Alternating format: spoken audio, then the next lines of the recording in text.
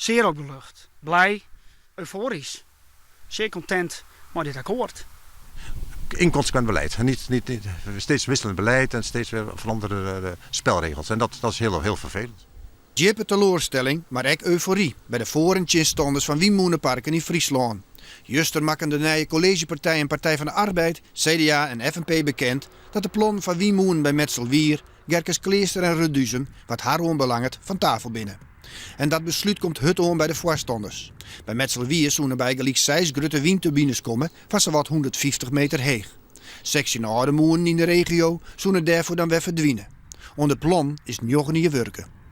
We hebben er tonnen in gestopt, ook door allerlei eisen die gesteld werden door de overheid, gemeentelijke overheid en de Rijksoverheid die eisen stelt aan een MER, milieueffectrapportage. Dat zijn vogelrichtlijnen, bodemonderzoek en ga zo maar door. Dat moet allemaal gebeuren, het kost handenvol met geld. En dat hebben we gedaan in de veronderstelling dat we precies binnen de richtlijnen opereerden en die uitgaven gingen maken.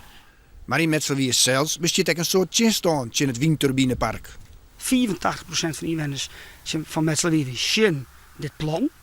We hebben natuurlijk een protte contact zocht met politieke partijen, partijen gaan.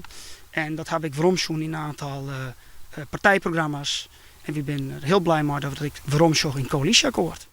Doch zijn de initiatiefnemers van het park nog net alle moed verlen. We hopen eigenlijk dat het coalitieakkoord niet op oude lopende projecten slaat, maar op nieuwe projecten. Dus jullie er nog net bij deel? Nee. We gaan informeren wat het precies inhoudt. We gaan informeren wat de consequenties zijn.